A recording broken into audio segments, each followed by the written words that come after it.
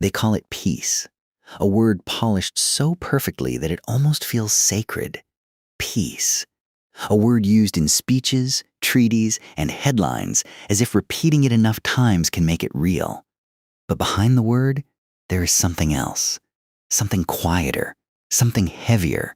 Peace is what we call it when the guns stop firing in one place, but move somewhere else. It is what we call it when suffering is no longer visible on our screens, but continues in places we no longer look.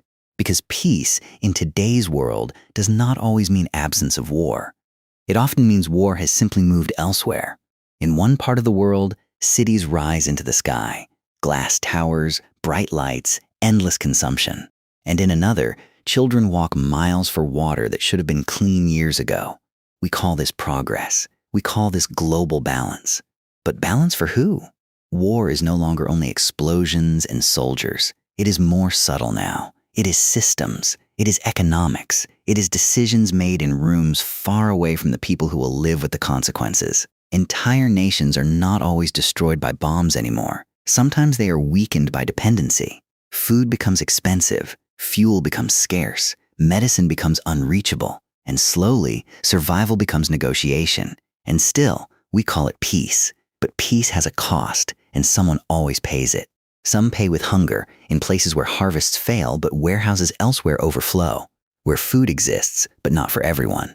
Some pay with silence, because speaking out against systems of power can cost jobs, safety, or even life. So silence becomes survival, and silence is mistaken for stability. Some pay with pollution, rivers turning dark, air turning heavy, land becoming unusable.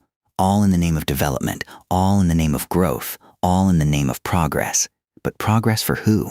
We are told globalization connects us, and it does. But it also means that when one system shakes, the entire world feels it. A conflict in one region can raise food prices across continents. A disruption in one supply chain can affect millions who never even heard of the place it began. Everything is connected, and that is both the power and the danger. There are those who benefit from this system and those who barely survive it, and between them is a gap growing wider every year.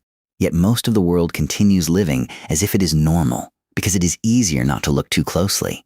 Easier to scroll past suffering, easier to accept headlines than to understand consequences. But history has shown something dangerous. When inequality grows too wide, stability becomes an illusion. When survival becomes uncertain, peace becomes fragile.